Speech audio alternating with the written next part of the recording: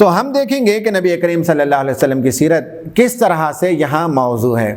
ایک بات تو یہ ہے کہ دنیا میں بہت بڑے بڑے انسان آئے، بڑے عظیم انسان، رشی منی اور اس طرح کے پنڈت اور پروہت، یا پھر اور بڑے بڑے فلاسفرز، قانون دان اور ادب کے ماہرین اور شعراء، کیسے کیسے بڑے حضرات دنیا کے اندر آئے اور تشریف لے گئے۔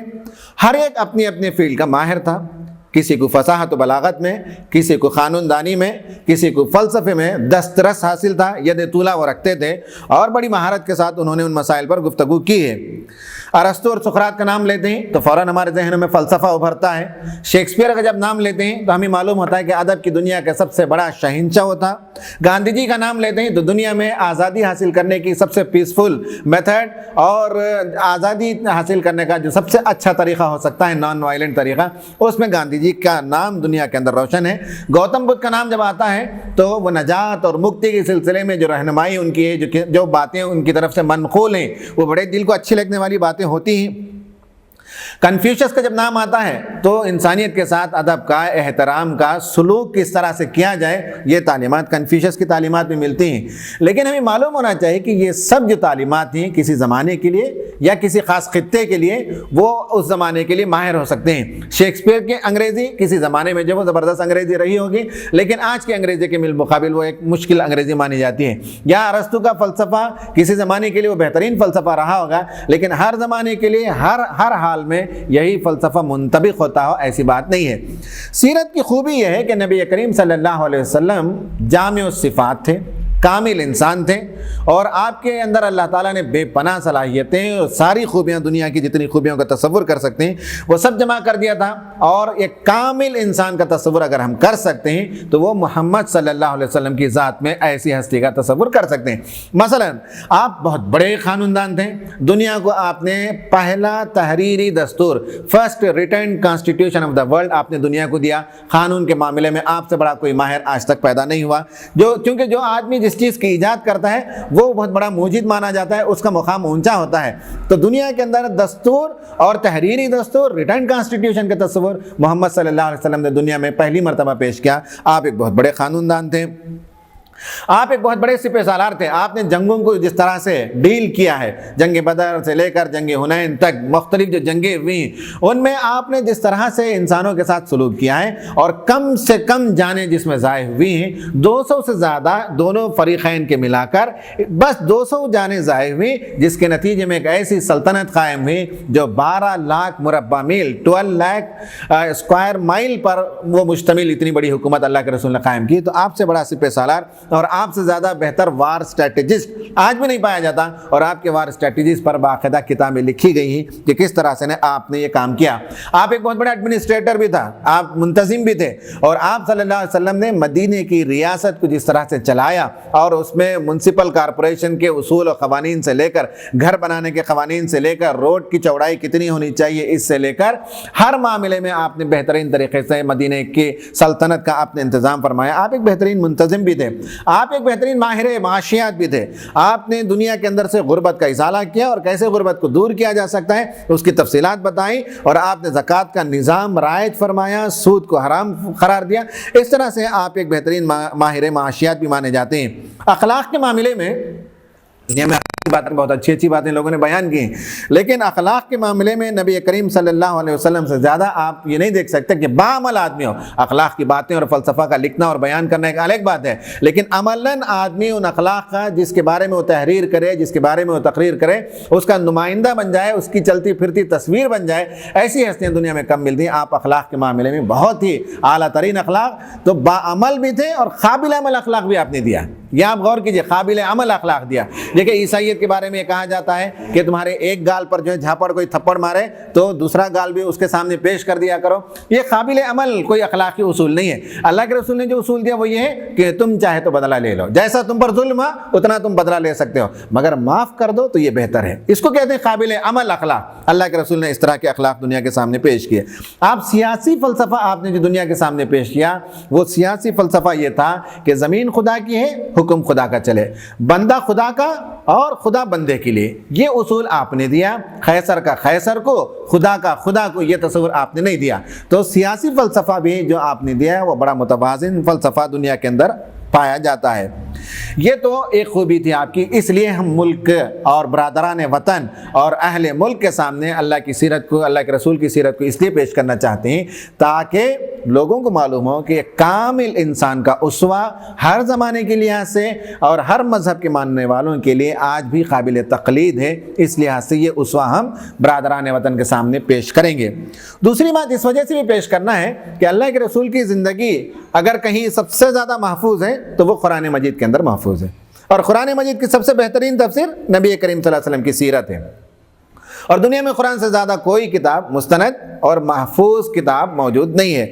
ویداز ہوں کہ پراناس ہوں، ان سب کے بارے میں بات ہے صاحب، وہ ساری کتابیں ان کے بعد کے رشی اور منیوں نے اپنی یادداشت سے لکھا۔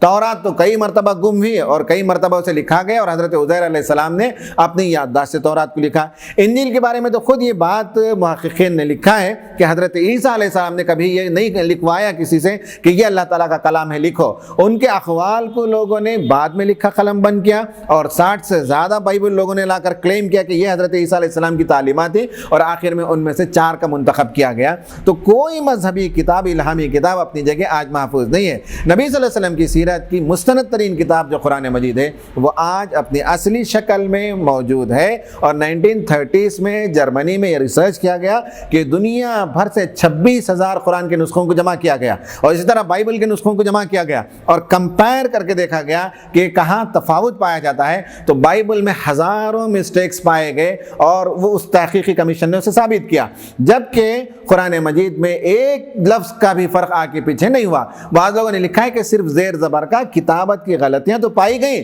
لیکن حرف اور جملے اور املا جو کرایا گیا اس میں کہیں کوئی فرق نہیں پایا جاتا۔ تو اس لیے بھی اللہ کے رسول کی سیرت کو دنیا کے سامنے پیش کرنے کا ایک موقع کہ یہ محفوظ کتاب کے اندر محفوظ آپ کی سیرت ہے۔ تیسری بات یہ کہ آپ کی سیرت خود محفوظ ہے۔ دنیا میں بڑے بڑے لوگ آئے اور چلے گئے، لیکن کسی کی سیرت اتنی محفوظ نہیں ہے جتنا کہ نبی کریم صلی اللہ علیہ وسلم کی سیرت محفوظ ہے۔ آپ کا ہر قول، آپ کا ہر فعل، آپ کی ہر بات، آپ کی ہر ادا، آپ کا ہر خیال اور آپ کے زندگی کا ہر طور طریقہ محفوظ ہے۔ اور کمال کی بات یہ ہے کہ سیرت کی کتابیں جو لکھی گئی ہیں وہ مسلمانوں میں نے بھی لکھی ہیں، اور دشمنان اسلام نے بھی اللہ کے رسول کی سیرت کی کتابیں لکھی ہیں۔ عیسائیوں نے بھی لکھا ہے، مغربی مصنفین نے بھی لکھا ہے۔ مغربی مصنفین نے جو کچھ لکھا ہے، یا ہندوؤں میں سے جن لوگوں نے لکھا ہے، ان میں سے وہ لوگ ہیں جو نبی کریم صلی اللہ علیہ وسلم کو چاہتے ہیں، ان کی بھی تصانیف سیرت کی کتابیں، اور وہ لوگ جو اللہ کے رسول کے دشمن ہیں انہوں نے بھی سیرت کی کتابیں لکھی ہیں، اور دونوں سیرت کی کتابیں آپ کے لیے خراج تحسین ہیں۔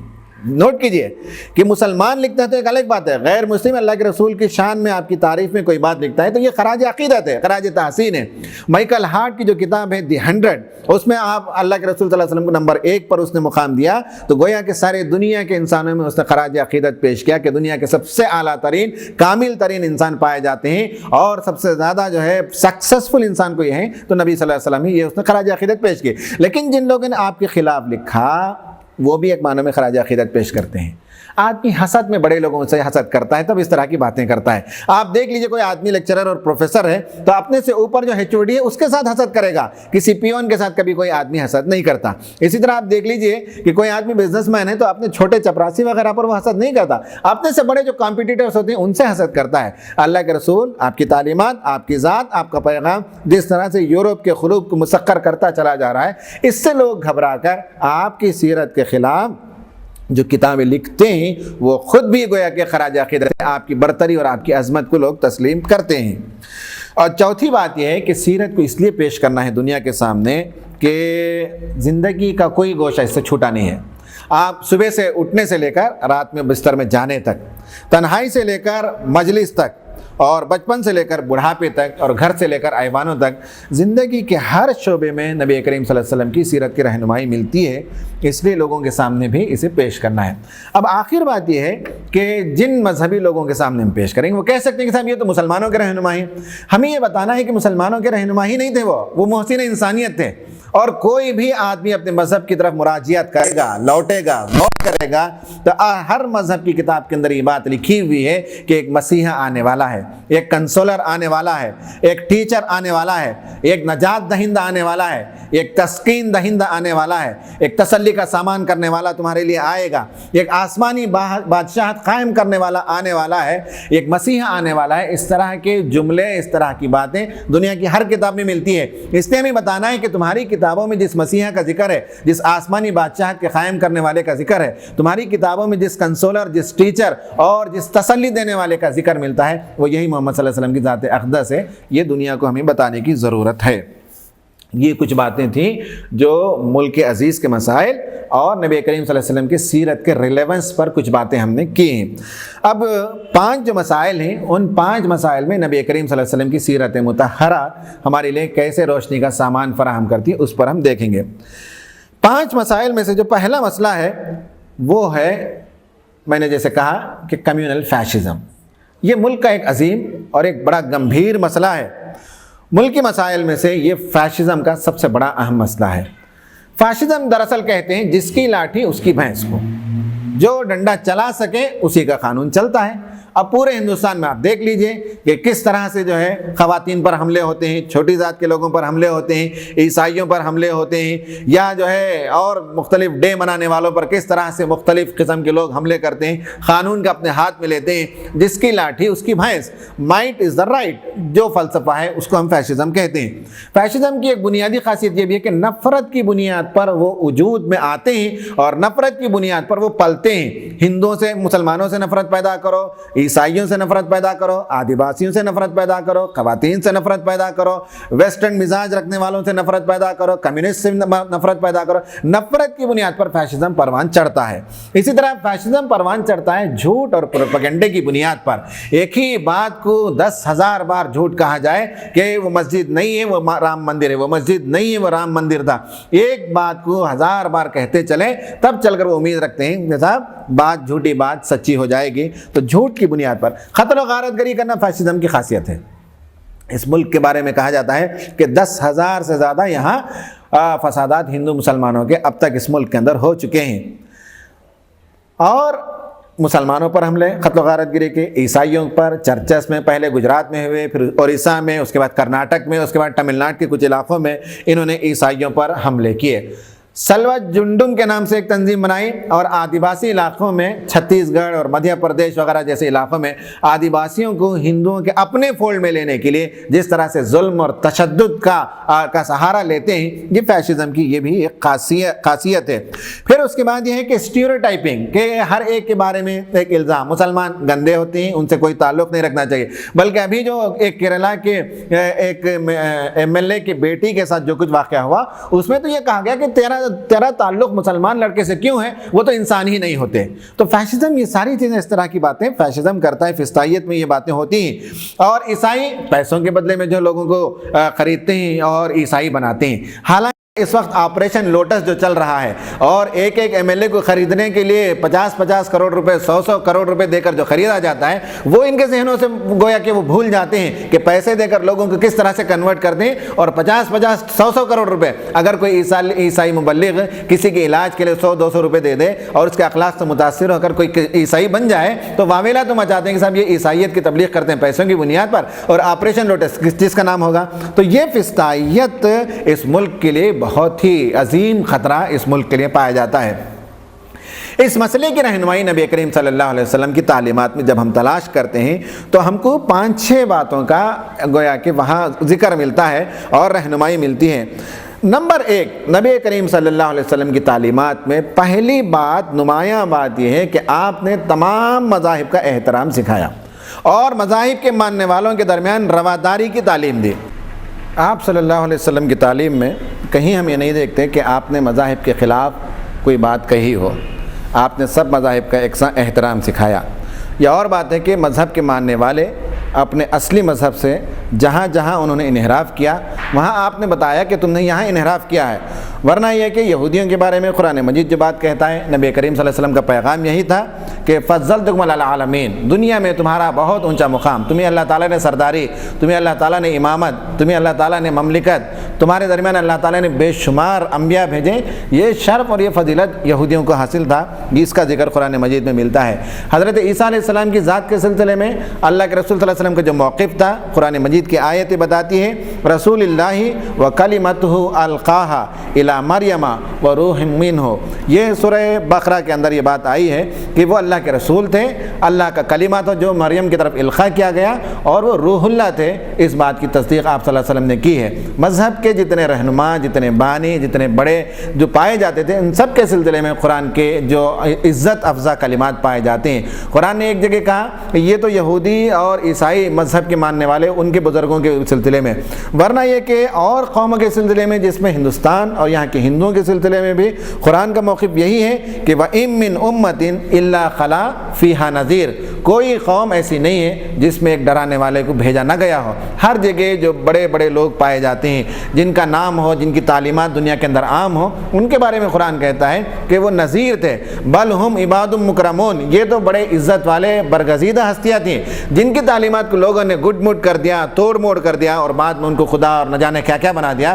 ورنہ یہ کہ قرآن کہتا ہے یہ بڑی معزز ہستیاں، باعظمت ہستیاں، قابل قدر اور قابل تکریم ہستیاں رہیں۔ بل ہم عباد مکرمون، قرآن کہتا ہے وَلِكُلِّ قَوْمٍ ہاد، ہم نے ہر قوم میں ہادی بھیجے، رسول بھیجے۔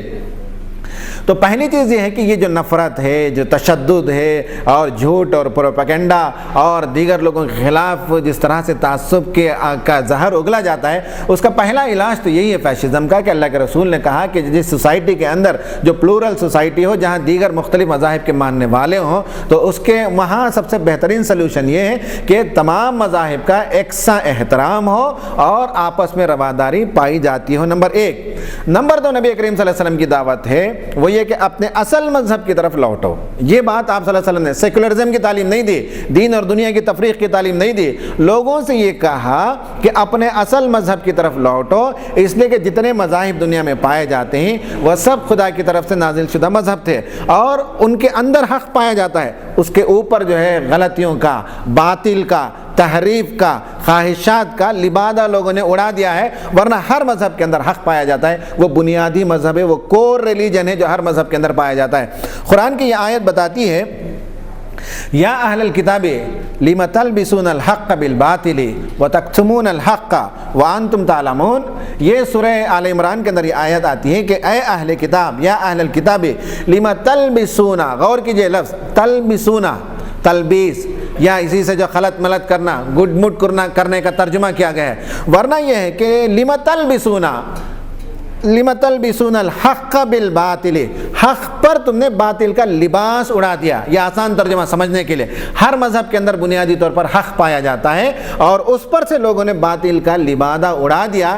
باطل کا لباس اڑانے کے نتیجے میں قرآن کہتا ہے وَتَكْتُمُونَ الْحَقَّ، حق چھپ گیا اندر، اسے نکالو، تلاش کرو واپس، تو مراجعت کرو، لوٹو اپنے اپنے مذہب کی طرف۔ یہ تعلیم ہے کہ اپنے اپنے مذہب کو ترک کرنے کی بات نہیں ہے، جیسے مسلمانوں سے کہا گیا ہے کہ یہاں فیسسٹ نے 3 مسلمانوں کے سامنے حل پیش کیے، یا تو اسیمیلیشن کا کہ تم ضم ہو جاؤ ہماری قوم کے درمیان، تب تمہارا کوئی فرقہ وارانہ فسادت کا مسئلہ نہیں ہوگا، یا ایلیویشن، ہم تمہیں اس سماج سے کاٹ کر رکھ دیں گے، ہم تمہیں اس سماج کے لیے ایک بھیانک ہستی اور ایک اچھوت قوم بنا کر رکھ دیں گے، یا انیہیلیشن، یا جو ہے فسادات کر کے تمہاری قوم کا خاتمہ کر دیں گے۔ یہ ٹرپل اے کا فارمولہ جو ہے یہاں کے فیسسٹ لوگوں نے مسلمانوں کے سامنے پیش کیا، جبکہ اللہ کے رسول نے جو فارمولہ پیش کیا وہ اپنے مذہب کو ترک کرنے کی بات نہیں، اپنے مذہب کی طرف مراجعت اور لوٹنے کی بات ہے۔ اس لیے کہ جب آدمی اپنے مذہب کی طرف لوٹے گا تو وہاں اس مذہب کے اندر ایک آخری تسکین دینے والا، ایک نجات دہندہ کا تصور ملے گا،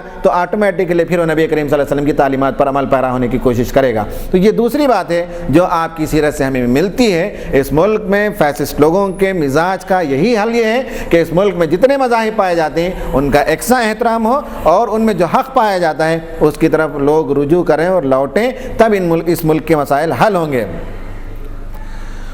تیسری بات یہ ہے کہ جہاں ہم فیسسٹ لوگوں کو دیکھتے ہیں کہ قوموں کے درمیان جو اختلافی امور ہیں انہیں اختلافی امور کو اجاگر کیا جاتا ہے.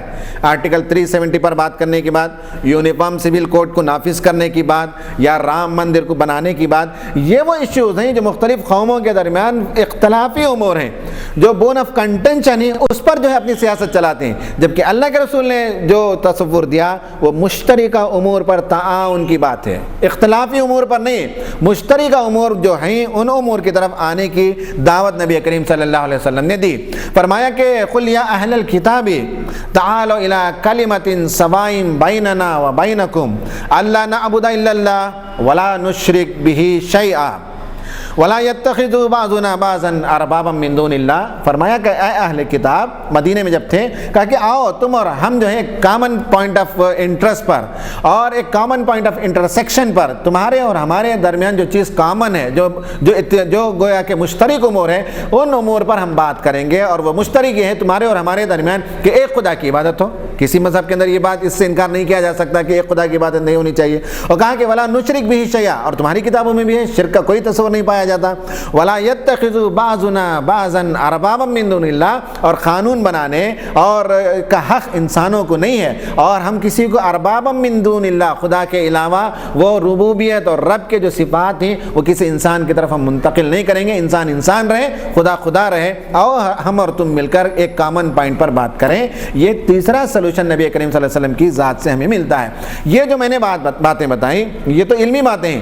اس کا عملی اظہار یہ ہے کہ جب آپ مدینہ تشریف لے گئے تو آپ نے لوگوں کو جمع کیا، بڑے بڑے ذمہ داروں کو، اور آپ نے ریٹن کانسٹیٹیوشن جو بنایا، پہلا دستور، اس دستور میں آپ نے لکھا کہ یہ دستور محمد صلی اللہ علیہ وسلم، مکے سے ہجرت کرنے والے مسلمان، مدینے میں رہنے والے مسلمان، مدینے میں رہنے والے یہودی، مدینے میں رہنے والے عیسائی، اور مدینے میں رہنے والے مشرک، یہ 6 لوگوں کے درمیان یہ ہمارا ایگریمنٹ ہے. آپ نے یہ ایگریمنٹ کروایا اور یہ دستور لکھوایا. اس دستور کے اندر 5 آرٹیکلز پائے جاتے ہیں اور کلازز جو 34 پائے جاتے ہیں. 5 آرٹیکل اور 34 کلاس، یعنی 5 دفعات اور 34 شق پائے جاتے ہیں. یہ پورا دستور ہے جس میں یہ باتیں بتائی گئی ہیں کہ مدینہ ہم سب کا مدینہ ہے. مدینے کی حفاظت، مدینے کی دفاع ہم سب کی ذمہ داری. یہ 6 جو لوگ ہیں، محمد صلی اللہ علیہ وسلم، مکے کے مسلمان، مدینے کے مسلمان، مدینے کے یہودی، مدینے کے عیسائی، مدینے کے مشرک، یہ 6 جو گویا کہ بڑے بڑے جو گروپس ہیں، یہ سب پر مشتمل جو یہ اگریمنٹ یہ کہتا ہے کہ مدینہ ہم سب کا ہے اور اس کی حفاظت کرنا، اس کی ترقی کے لیے کام کرنا ہم سب کی ذمہ داری ہے. تو اگر ہندوستان میں ہم یہ اپلائی کرتے ہیں کہ یہ ملک ہندوؤں کا بھی ہے، مسلمانوں کا بھی ہے، عیسائیوں کا بھی ہے، پارسیوں کا بھی ہے، یہودیوں کا بھی ہے، سکھوں کا بھی ہے، اور یہ اس ملک کی ترقی کے لیے سب مل کر کام کریں گے اور کوئی کسی سے اختلاف نہیں کرے گا.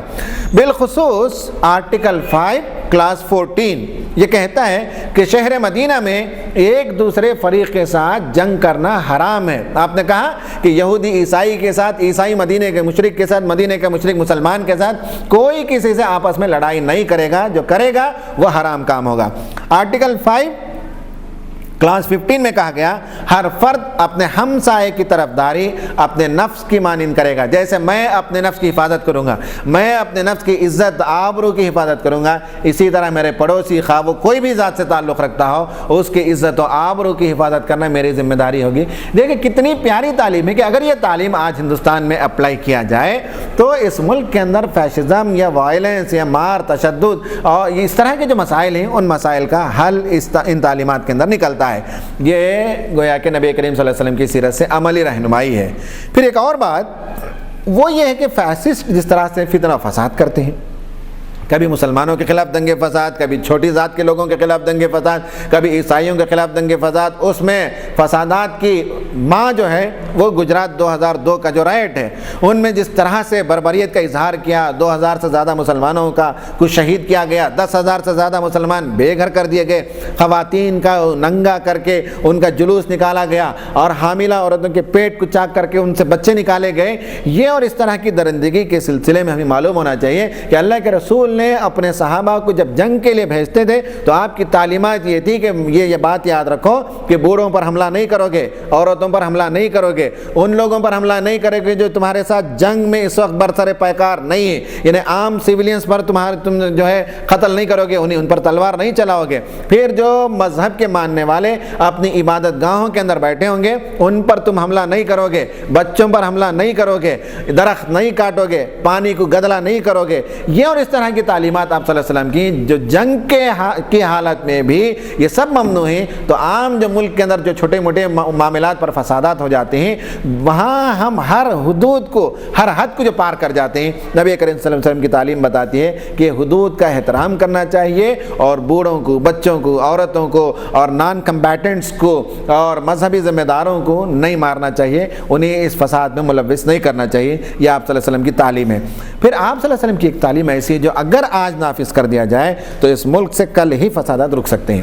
وہ یہ ہے کہ مدینہ میں جب آپ نے لوگوں کو جمع کیا اور کہا کہ اس ملک کی حفاظت ہم کریں گے تو اس میں سے ایک قانون آپ نے رکھا تھا، وہ قسامہ، قصاص اور خون بہا کا۔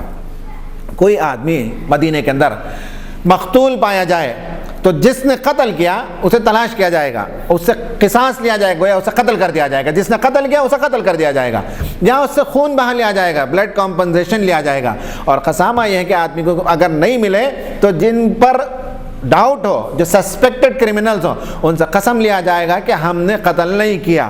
اس کے بعد جو ہے حکومت کی طرف سے بلڈ کمپنسیشن دیا جائے گا۔ یہ اللہ کے رسول نے 3 قوانین بتائے، قصاص میں کہ جس نے قتل کیا اسے قتل کر دیا جائے، خون بہا میں بلڈ کمپنسیشن لیا جائے، اور قسامہ یہ ہے کہ جو سسپیکٹڈ کرمنلز ہیں ان سے قسم لے کر اگر انہوں نے قتل نہیں کیا ہے تو پھر حکومت جو ہے اپنی طرف سے کمپنسیشن دے گی۔ ہمارا کمپنسیشن کتنا ہوتا ہے؟ کوئی آدمی مر جائے ₹1,00,000 ₹50,000، جتنا غریب ہے تو اتنا کم دے دیتے ہیں، یا 4-5 لاکھ روپے دیتے ہیں۔ غور کیجئے اللہ کے رسول نے کتنا جو ہے بلڈ کمپنسیشن طے کیا تھا۔ آپ نے بلڈ کمپنسیشن طے کیا تھا کہ 100 اونٹوں کا معاوضہ، 100 اونٹوں کے برابر میں خون بہا دوں گا۔ 100 اونٹ سے مراد آج ایک اونٹ کی قیمت مان لیجئے اندازاً ₹50,000 ہے، تو 100 اونٹ کا مطلب ہوا 50 لاکھ روپے ایک انسانی جان کی قیمت، اس سے بھی ادا نہیں ہوتی۔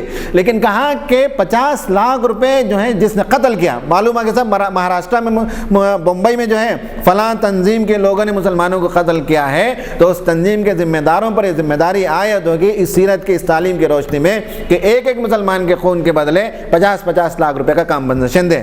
گجرات میں جو فسادات ہوئے 2002 میں، جس میں نے جیسے کہا کہ 2000 مسلمان شہید کیے گئے، اگر اللہ کے رسول کی اس تعلیم کے مطابق دیکھا جائے تو 1,000 کروڑ روپے کا کمپنسیشن مودی صاحب کو دینا پڑے گا مسلمان کمیونٹی کو۔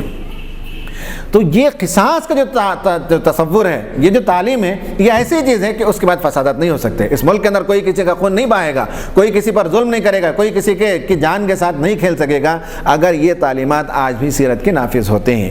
یہ پہلی بات ہے کہ ملک کے مسائل میں سے ایک مسئلہ جس کے سلسلے میں ہمیں خیر خواہی ہے کہ یہاں فسادات نہ ہو، یہاں فیشزم نہ ہو، یہاں کسی کی عزت و آبرو کے ساتھ نہ کھیلا جائے، یہاں مذاہب کے درمیان دشمنی پیدا نہ کرائی جائے اور مذہبوں کی تحقیر اور نفرت کی نگاہ سے نہ دیکھا جائے، تو اس کے لیے نبی کریم صلی اللہ علیہ وسلم کی سیرت سے یہ اسوہ ہمارے سامنے، یہ رہنمائی ہمیں ملتی ہے۔ دوسرا مسئلہ اس ملک کا وہ ہے سرمایہ دارانہ نظام کا تسلط، کیپٹل امپیریلزم۔ جس طرح سے امریکہ کا جو کیپٹلسٹ سسٹم ہے وہ اس ملک میں گھس آ رہا ہے اور یہاں کا پورا نظام اس کے مطابق سنوارا اور بنایا جا رہا ہے۔ ہمیں معلوم ہونا چاہیے کہ دنیا میں 2 بڑے بڑے نظام پائے جاتے تھے، ایک سرمایہ دارانہ نظام، ایک اشتراکی نظام، کیپٹلسٹ سسٹم اور کمیونسٹ سسٹم۔ کیپٹلسٹ سسٹم ہوس کی بنیاد پر کھڑا ہے، حل میں مزید، سب کچھ مجھے چاہیے، زمین مجھے چاہیے، ہوا مجھے چاہیے، پانی مجھے چاہیے، ندی مجھے چاہیے، کان مجھے چاہیے، جو کچھ ہو سکے وہ خریدتے ہیں۔ ہوس کی بنیاد پر کیپٹلسٹ نظام کھڑا ہوا ہے۔ اور جبکہ کمیونسٹ نظام حسد کی بنیاد پر کھڑا ہے، اسے کیوں اتنا پیسے مل گئے، یہ انڈسٹریلسٹ کیوں اتنا کماتا ہے، اسے کیوں اتنا نفع ملتا ہے، لڑو اس کے خلاف، ہتھیار اٹھاؤ۔ تو ہوس اور حسد کی بنیاد پر یہ دونوں نظام کھڑے ہوئے ہیں۔ ہوس جب آدمی کو جو ہے اس کا بھوت سوار ہو جاتا ہے تو پھر پیسے ہی کمانا ہے تو شراب کے ذریعے سے پیسے کماتے ہیں، جوا کے ذریعے سے پیسے کماتے ہیں، لاٹری کے ذریعے سے پیسے کماتے ہیں، اور پھر ندیوں کو پرائیویٹائز کر کے اس سے پیسے کماتے ہیں، ڈیم خود اپنا پرائیویٹ بناتی ہیں جس کی ضرورت بھی نہ ہو تو اس سے پیسے کماتے ہیں، شیئر مارکیٹ میں الٹا سیدھا کر کے سارا مینیپولیشن کرتے ہیں، جس طرح سے ستیم کمپنی وغیرہ کا جو کچھ معاملہ ہمارے سامنے ہے کہ کس طرح سے فراڈ کر کے لوگ، کیپٹلسٹ نظام، پیسے کمانا ہے تو اس کے نتیجے میں کس طرح سے لوگوں کے پیسوں کو جو ہے خرد برد کر لیا جاتا ہے۔ دھوکہ دینا ایک عام بات ہے، جھوٹ بولنا ایک عام بات ہے، فریب دینا ایک عام بات ہے، اور کیپٹلسٹ نظام میں حسن بھی بکتا ہے، مسکراہٹ بھی بکتی ہے، اور جسم بھی فروخت ہوتا ہے۔ یہ اس وقت اس ملک کا سرمایہ دارانہ نظام ایسا ہے کہ جس میں کسی چیز کی عزت باقی نہیں رہ گئی اور کسی چیز کا تقدس باقی نہیں رہا، انسانی فطرت کی مسکراہٹ تک بھی وہ گویا کہ ایک کموڈیٹی بن گئی، ایک قابل فروخت، خرید و فروخت شے اس ملک کے اندر بن گئی ہے۔ سوشلسٹ جو نظام ہے اس میں کلاس اسٹرگل ہے، جس کی بہترین مثال نیکسلائٹ سے ہم دیکھتے ہیں کہ کس طرح سے سرمایہ داروں پر اور بڑے زمینداروں پر حملہ کرتے ہیں اور ان کا مال لوٹ کر غریبوں میں تقسیم کرتے ہیں۔ یہ اس ملک کا گویا کہ نظام، اور جس میں بالخصوص سرمایہ دارانہ نظام کا تسلط، یہ بڑا گمبھیر مسئلہ ہے۔ اس کی بنیاد اصل سود ہے، اور جتنا کچھ اس وقت امریکہ کے اندر ہم دیکھتے ہیں کہ بڑی بڑی کمپنیاں جو بیٹھی تو اس پورے نظام میں سود کی کار فرمائی ہوتی ہے، اور سود کا نظام یہ ہے کہ پیسے غریب سے مالدار کی طرف منتقل ہوتا ہے۔ ایک آدمی اپنی انڈسٹری سیٹ کرنے کے لیے، مان لیجئے کہ صاحب ایک چھوٹی انڈسٹری سیٹ کرنے کے لیے 10 لاکھ 15 لاکھ روپے اس نے لیا، تو واپس جو ہے 15 لاکھ کے عوض میں اسے 20 لاکھ روپے دینا پڑتا ہے، تو گویا کہ غریب کا پیسے مالدار کی طرف لوٹ کر جاتا ہے۔ یہ سود کا نظام ہے۔ اسلام کا نظام اس کے برعکس ہے۔ اب آئیے ہم دیکھتے ہیں کہ نبی کریم صلی اللہ علیہ وسلم کا اسوہ ہمیں کیا کہتا ہے۔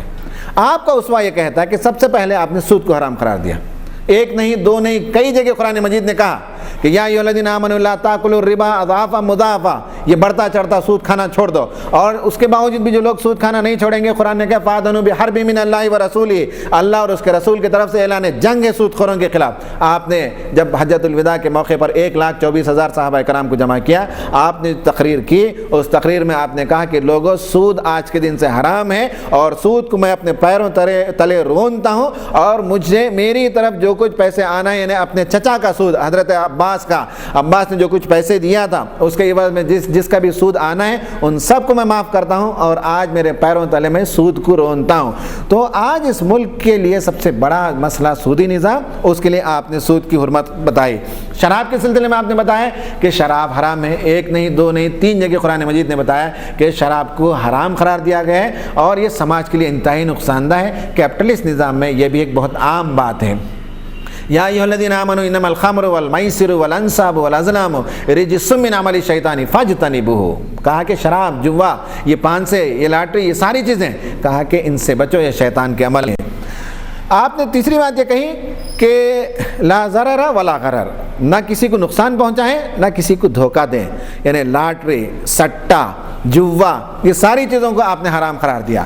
پھر آپ نے کہا کہ لا ضرر ولا ضرار، نہ خود نقصان اٹھاؤ نہ دوسروں کو نقصان دو۔ انشورنس کمپنیاں کا یہی حال ہوتا ہے، یا تو وہ دوسروں کو نقصان کرتی ہیں، سب کے پیسے لے کر جمع کرتے ہیں، اور اس کے بعد جو ہے لوگوں کو پیسے واپس نہیں لوٹتے، یا خود نقصان اٹھاتے ہیں، جس طرح کہ امریکہ میں اس وقت ہوا، یہ IG جس طرح سے بیٹھی اور دیگر کمپنیاں جو نقصان اٹھائیں۔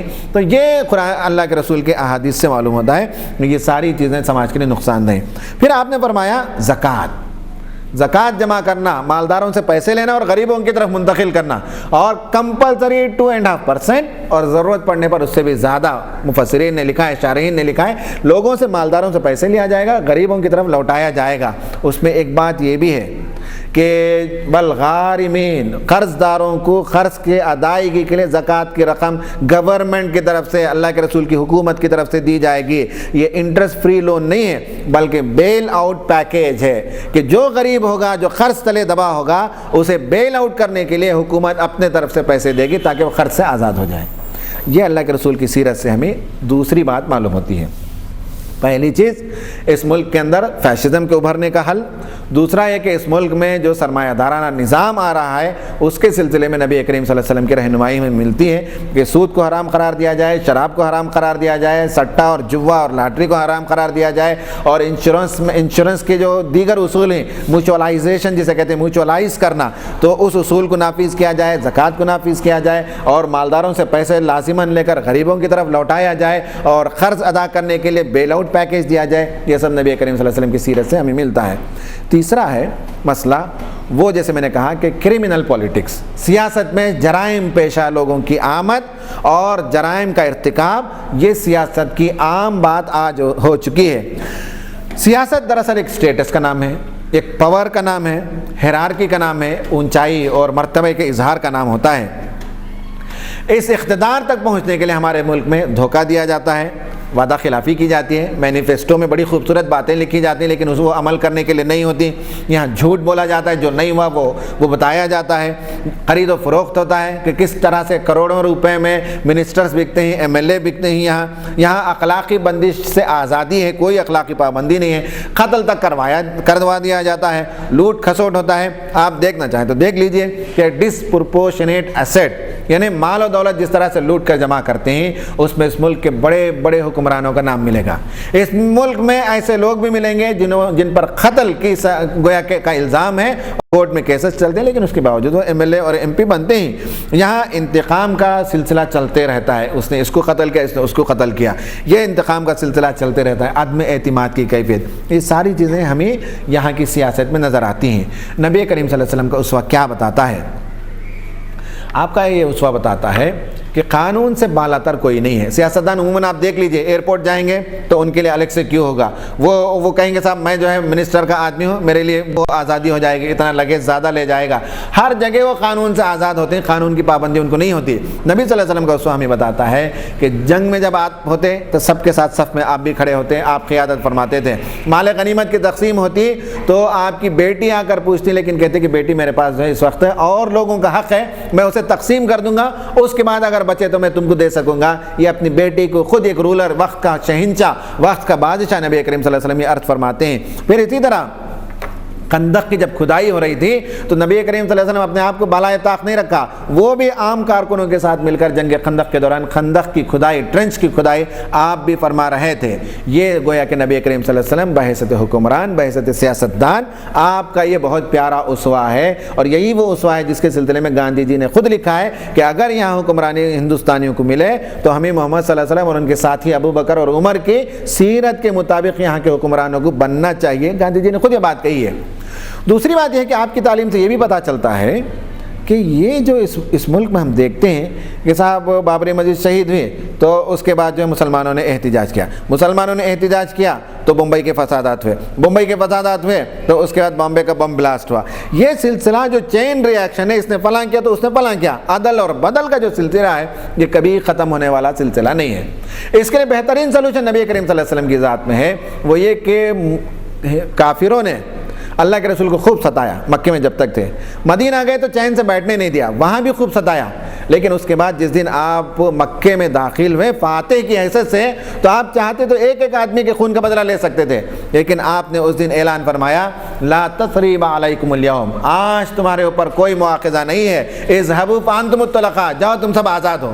آپ نے آزاد کر دیا، چاہتے تو قتل کر سکتے تھے، چاہتے تو غلام بنا لے سکتے تھے، چاہتے تو ان سے فدیہ لے کر انہیں چھوڑ سکتے تھے، لیکن اللہ کے رسول نے یہ نہیں کہا۔ ایک سیاستدان، ایک حکمران کے حیثیت سے آپ نے کردار پیش کیا کہ جو اپر ہینڈ رکھتے ہیں، جو رولر ہو، وہ معاف کر دیں تو زمانے کے مسائل ختم ہوتے ہیں، ورنہ یہ چین ری ایکشن چلتا رہتا ہے۔ یہ تیسرا مسئلہ ہے جس پر ہمیں غور کرنا چاہیے، اور دو مسائل ہیں، اختصار کے ساتھ بات کروں گا۔ چوتھا مسئلہ ہے کرپشن کا، یہ اس ملک کا سب سے بڑا مسئلہ ہے، اور میں نے بتایا کہ ہندوستان کا نمبر 4 ہے ساری دنیا میں کرپشن کے اعتبار سے۔ جنوری 2003 میں اتر پردیش کی چیف منسٹر کا برتھ ڈے منایا گیا، جسے کہتے ہیں mother of all birth day parties, جتنی برتھ ڈے کی پارٹیاں ہوتی ہیں ان میں سے وہ اس کی ماں ہے، بہت بڑی پارٹی اس نے منائی۔ کتنے؟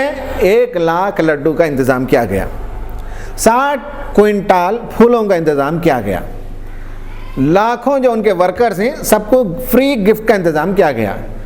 اولڈ لکھنؤ پورا شہر جو ہے سب کو بلو کلر مارا گیا، جو اس پارٹی کا رنگ ہے، پورے شہر کو اس رنگ سے رنگ دیا گیا، اور برتھ ڈے پارٹی منانے کے لیے جو سٹیج بنایا گیا وہ لاکھوں روپے کا سٹیج تھا، جیسے مغل اعظم فلم میں جو سیٹ بنایا جاتا ہے اس طرح کا سیٹ جو ہے وہاں بنایا گیا تاکہ وہاں سے برتھ ڈے پارٹی منائی جائے۔ یہ کہاں سے پیسے اتنے آ سکتے ہیں؟ سوائے کرپشن کے، لوٹ کھسوٹ کے پیسے کے، یہ کہاں سے اتنے پیسے مل سکتے ہیں؟ تمل ناڈو کی سابقہ جو وہاں کی وزیر اعلیٰ تھیں، ان کی تو شادی نہیں ہوئی لیکن انہوں نے ایک بچے کو گود لیا، یہ کہا جاتا ہے، اور اس کی شادی ہوئی تو 10 کروڑ روپے سے زیادہ اس بچے کی شادی میں پیسے خرچ کیے گئے۔ کہاں سے پیسے آئے؟ گھر میں ابلتا ہے کیا سونا ابلتا ہے گھر میں؟ کہاں سے یہ پیسے آتے ہیں؟ یہ سب کرپشن کے نتیجے میں یہ سارے پیسے آتے ہیں۔ خود اس کرناٹک کے اندر ہم جو دیکھ رہے ہیں اس وقت خرید و فروخت MLAs کی، جن میں 50-50 100 کروڑ روپے دیے جاتے ہیں، یا آخر کرپشن کے پیسے کے بغیر کہاں سے یہ پیسے آ سکتے ہیں؟ تو یہ صورتحال ہے اس ملک کی کہ کرپشن سے یہ ملک جو ہے یہ اس کی کمر ٹوٹی جا رہی ہے۔ آپ صلی اللہ علیہ وسلم کا اسوہ کیا تھا؟ یہ حکمرانوں کا اقتدار کا اظہار ہوتا ہے کرپشن کے ذریعے سے۔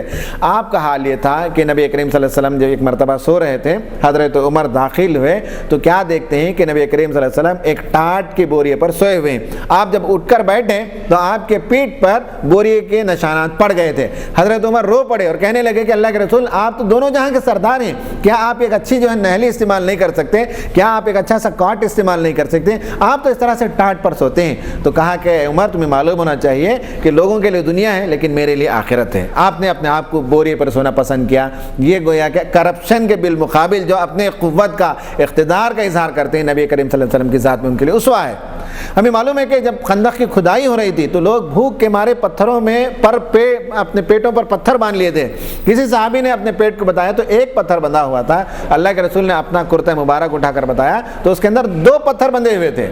یہ ہے دراصل ایک اسوہ، کس طرح سادگی کا اسوہ ہوتا ہے۔ ایک حکمران کو اس کا اسوہ ایسا پیش کرنا چاہیے۔ ایک مرتبہ ایک مہمان آیا، آپ نے لوگوں اپنے بیویوں سے پوچھوا کر بھیجا کہ بیوی گھر میں کچھ کھانے کے لیے، کہا کہ 10 دن سے، بعض جگہ لکھا ہے 3 دن سے، کئی دن سے گھر کے اندر چولہا نہیں جلا، تو آپ نے کسی ایک صحابی کے پاس بھیج دیا۔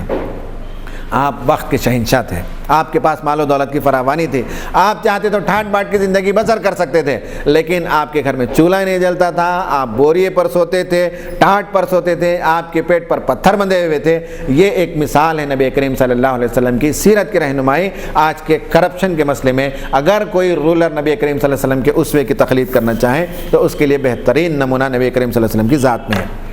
5واں اور آخری مسئلہ ہے، وہ ہے جیسے میں نے کہا کیسٹزم کا مسئلہ، ذات پات کا مسئلہ۔ یہی ذات پات اور علاقوں کا مسئلہ ہے، زبانوں کا مسئلہ ہے جو ہندوستان کو توڑنے پر مجبور کر رہا ہے۔ مہاراشٹر نو نرمان سمیتی کے لوگ بہار کے لوگوں کو دیکھتے ہیں تو زندہ جلا دیتے ہیں، لاٹھیوں سے مارتے ہیں، چلتی ٹرین سے گرا دیتے ہیں۔ تمل ناڈو میں آپ دیکھیں گے تو ہندی پر لکھے ہوئے بورڈ پر جو تار مار دیا جاتا ہے۔ آسام میں دیکھیں گے تو بوڈوز جو ہے آسامی کو پسند نہیں کرتے، آسام کے اندر بنگالی کو پسند نہیں کیا جاتا۔ یہ اس ملک کے اندر ہندی، تملین کے خلاف، مراٹھی، بہاری کے خلاف، یہ کیوں اس ملک کے اندر ایسا پایا جاتا ہے؟ آج بھی تمل ناڈو کے اندر الگ الگ ذاتوں کے لیے الگ الگ ٹمبلر ہوتے ہیں، 2 ٹمبلر سسٹم، 2 گلاسوں کے نیچے 2 رنگ ہوتے ہیں، ایک بڑی ذات کے آدمی کے لیے، ایک چھوٹی ذات کے آدمی کے لیے 2 قسم کے گلاسز ہوتے ہیں چائے پینے کے لیے، چائے کی دکانوں میں یہ سب پایا جاتا ہے۔ یہ جو ذات پات کی تفریق، یہ جو علاقوں کی تقسیم، یہ جو زبان پر تعصب، یہ اس ملک کا ایک شدید مسئلہ ہے۔ آپ صلی اللہ علیہ وسلم کا اسوہ یہ بتاتا ہے کہ آپ کے زمانے میں بھی بہت سے قبیلے پائے جاتے تھے، بہت سے مذہب کے لوگ پائے جاتے تھے، اور حبشی پائے جاتے تھے، اور سید پائے جاتے تھے، اور بڑے خاندان کے لوگ پائے جاتے تھے۔ ان سب کے درمیان آپ نے کیسٹزم کے مسئلے کو کیسے حل کیا؟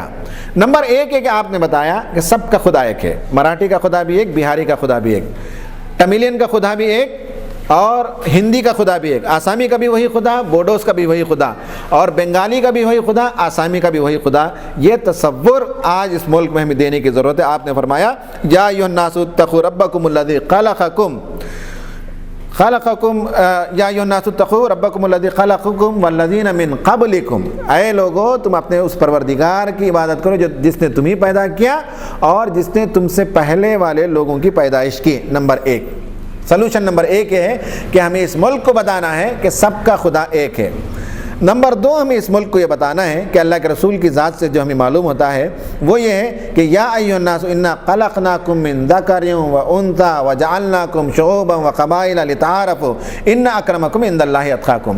سارے انسان کی اصل ایک ہے، وہ برہمن ہو، وہ شودر ہو، وہ ویکشا ہو، وہ شتری ہو، وہ مسلمان ہو، وہ عیسائی ہو، وہ پارسی ہو، سب کے ماں باپ ایک ہیں۔ یہ اللہ کے رسول کا اعلان تھا کہ اے لوگو، اللہ تعالیٰ فرماتا ہے کہ اے لوگو، ہم نے تمہیں ایک مرد اور ایک عورت سے پیدا کیا، اس کے جوڑے بنائے اور تمہارے قبیلے بنائے، لتعارفوا، تاکہ تم ایک دوسرے پر فخر کرنے کے لیے نہیں بلکہ ایک دوسرے سے تعارف حاصل کرنے کے لیے۔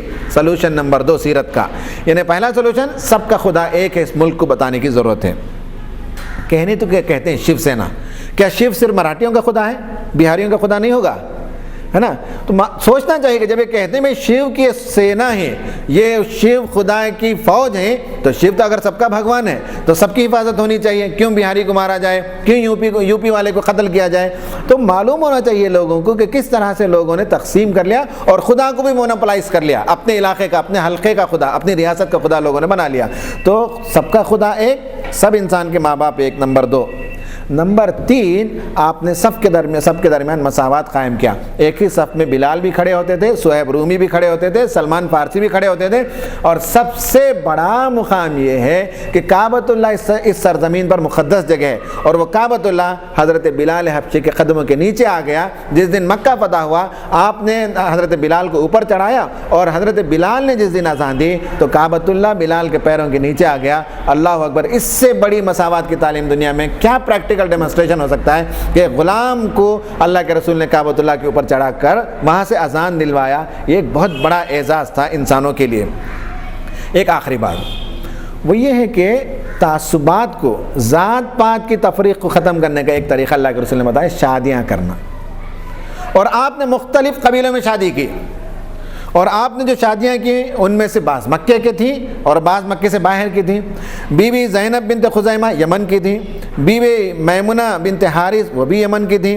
مکے میں جن لوگوں سے آپ نے شادی فرمائی ان میں سے ہم دیکھتے ہیں کہ بی بی خدیجہ بنی اسد بن عبد العزیٰ سے تعلق رکھتی تھیں، حضرت سودا بنی عامر بن لوائی سے تعلق رکھتی تھیں، حضرت عائشہ بنی تمیم سے تعلق رکھتی تھیں، حضرت حفصہ بنی عدی سے تعلق رکھتی تھیں، حضرت ام سلمہ بنی مخزوم سے تعلق رکھتی تھیں، حضرت ام حبیبہ بنی امیہ سے تعلق رکھتی تھیں، حضرت زینب بنت جہش بنی اسد خزیمہ سے تعلق رکھتی تھیں۔ یہ تو مکے کے لوگ۔ پھر آپ نے عیسائی یہودیوں میں سے بھی شادی کی۔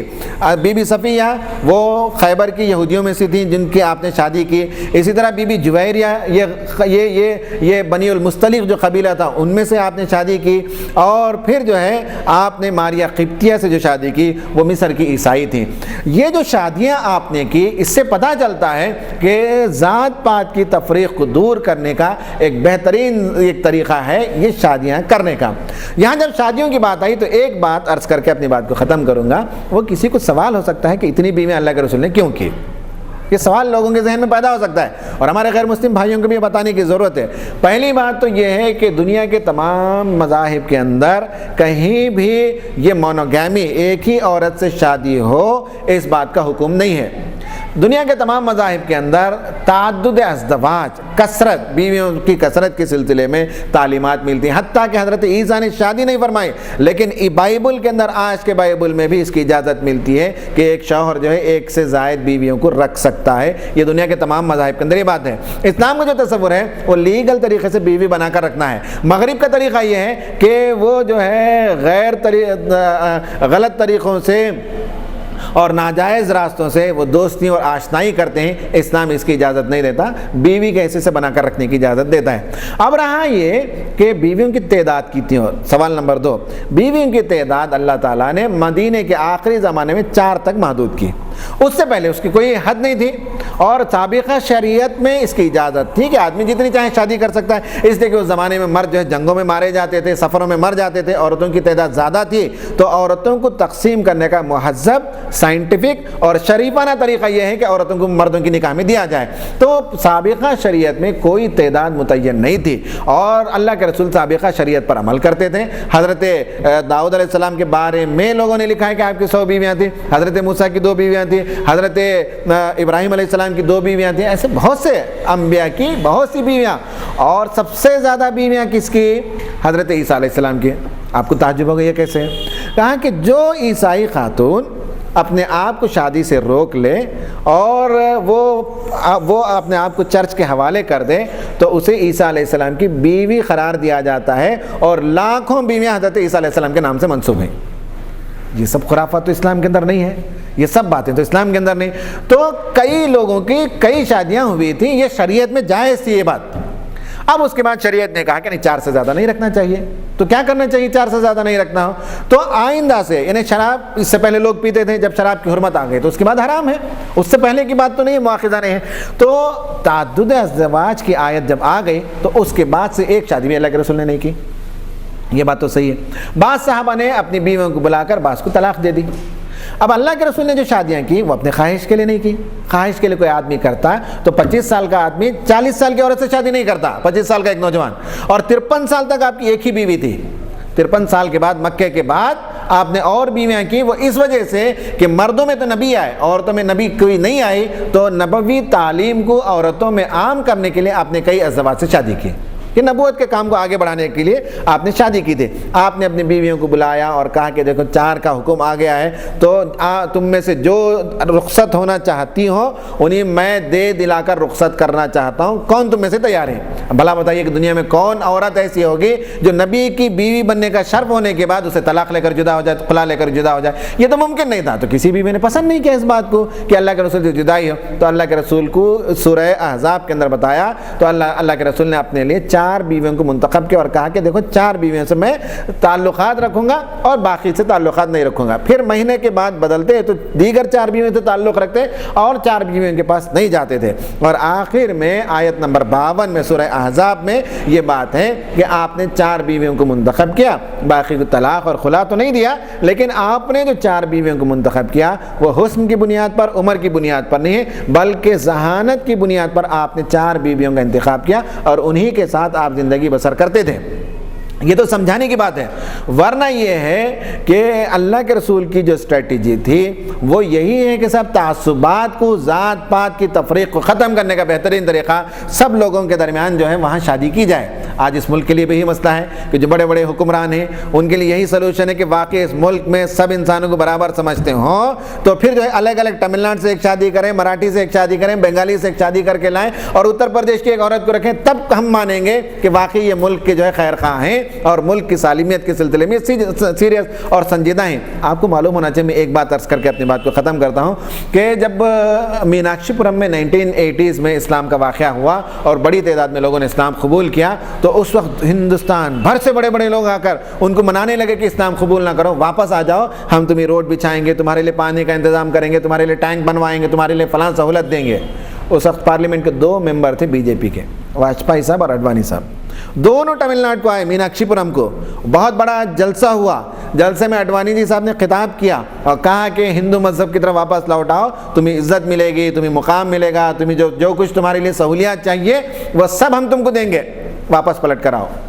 تو ان میں سے جو مسلمان ہوئے تھے ان میں سے ایک بوڑھی خاتون نے اٹھ کر کہا کہ اڈوانی جی صاحب، ہم واپس ہندوازم میں آئیں گے بشرطے کہ میری بیٹی آپ کے گھر بہو بن کر جائے، تب ہم واپس آ سکتے ہیں۔